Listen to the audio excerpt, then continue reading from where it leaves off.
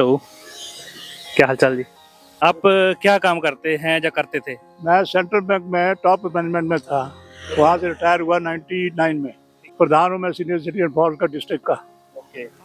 अच्छा, लाइफ में या जॉब के दौरान कोई सबसे बढ़िया एक्सपीरियंस क्या था आपका? कोई एक बहुत बढ़िया मोमेंट?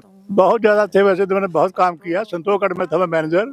तो वहाँ पे जब मैं रिटायर वहाँ से ट्रांसफ़र हुआ तो लोगों ने मेरे को कार्ड छुपाए, पार्टी दिया, हलवाई बिठाए और 100 आदमी मुझे बैंड बाजे के साथ बाहर छोड़ के गया। वो इसलिए था कि मैंने काम किया लोगों को, रक्शे से लेके ट्रक तक मेरा चलता था, लेकिन मैंने कोई रिश्वत नहीं लिया। लाइफ में पेरेंट्स के साथ आपका रिलेशनशिप कैसा था?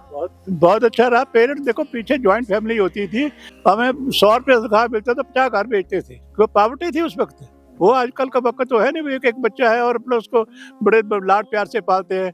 उसको तो 6-6 7-7 बच्चे होते थे। फिर अपना वो तो लाइफ बड़ी मुश्किल से गुजारा करते थे।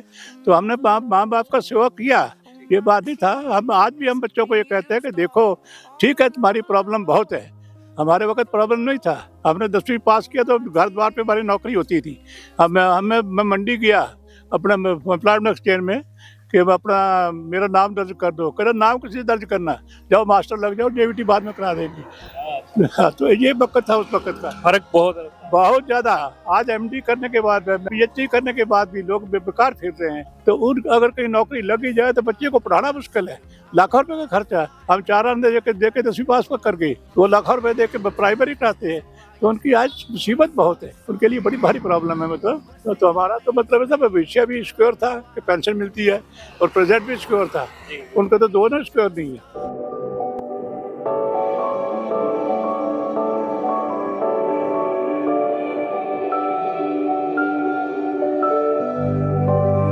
कोई लाइफ में ऐसा कोई पर्सन जो आप चाहते हैं कि आप उससे दोबारा कनेक्ट कर सकें, मिल सकें, आप मिल नहीं पा रहे अभी किसी पर, कोई ऐसा पर्सन? ये ऐसा है कि बहुत सारे लोग हमारे संपर्क में आए, क्योंकि मैं ऑल इंडिया पर सर्विस किया। मैंने देखो जिकरावा पॉइंट हुआ, उसके बाद पठानकोट ट्रांसफ़र हुआ, फिर अमृतसर हुआ, फिर संतोषगढ़ हुआ, फिर ऊना हुआ, फिर शिमला हुआ, फिर पठानकोट हुआ, फिर दिल्ली खान मार्केट, फिर कनॉट प्लेस, फिर idols Bombay, chief manager operation. तो बहुत सारे लोग तो हमारे संपर्क में आए। एक हमारा चेयरमैन रिटायर हुआ है, वो जनरल मैनेजर कभी चंडीगढ़ होते थे, उसके मापक आदमी हमने नहीं देखा। वो बहुत शरीफ आदमी था और गरीब आदमी की बहुत हेल्प करता था।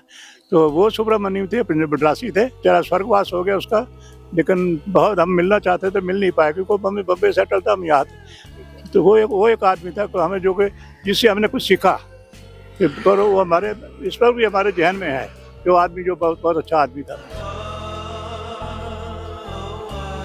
जैसे आप बताया कि आप पेरेंट्स के साथ अच्छा रिलेशन था, मतलब उनसे आप हर एक बात कर पाते थे अपने मनों की? चीज जैसा साहब आदर, उस वक्त बात करना तो बहुत दूर की बात थी, लेकिन कोई चीज मांगना भी मुश्किल होता था। पेरेंट्स बहुत सख्त होते थे उस वक्त। वो बात नहीं होती थी कि जैसा आज भाई मुंडे पे उठाया और जाकर रक्शे पे उठाया और शाम को लेने चले गए। हम 4 किलोमीटर पैदल जाते थे अपना पढ़ने के लिए। खड्डे होती थी, क्वाल चढ़ने होते थे, तब जाकर स्कूल पहुंचते थे। तो उस वक्त ऐसी बात नहीं थी। पेरेंट्स के पास बेचारों के पास होता है कुछ नहीं था तो क्या हेल्प करते हो, लेकिन थे जो कुछ उनके था, मतलब वो करते थे। मतलब ऐसी बात नहीं थी। रिलेशन बहुत अच्छे रहे हमारा। अभी एज क्या होगी आपकी? 89। 89। हाँ। 89 की एज में अभी कैसा फील करते हैं आप? कैसा लगता है 89 के होके? मतलब चीज़ ऐसा, देखो बुढ़ापा जो है बहुत बुरी चीज़ है। देखो हम जब सैर करने आते थे, मैं 99 में रिटायर हुआ, तो हम 18-20 आदमी थे, इकट्ठे किए मैंने, मैं ही ऑर्गेनाइज करता था। तो सारे इकट्ठे झुंड में आते थे, बाग में बैठ जाके अपने ग्राउंड में बैठना, गप्पे मारनी, 2 घंटा भर बड़ा एंजॉय करना। लेकिन जो टाइम वक्त निकलता गया, बुढ़ापे में देखो ना, यंग आदमी हमारे से जुड़ता नहीं है, पुराने आदमी चले गए। तो अब बताओ ये है कि अकेलापन थोड़ा महसूस करते हैं। बच्चे जो हैं जो बाहर हैं, तो यहाँ हस्बैंड वाइफ है। पहले बच्चा तो मेरा यही है, वैसे अपना सी बात नहीं है। एक वो छोटा बच्चा कोई नहीं घर में, तो जो छोटे बच्चे हो एक हैदराबाद में है, तो इधर है नहीं, मतलब तो वो थोड़ा सा फीलिंग होती है, बाकी कोई नहीं।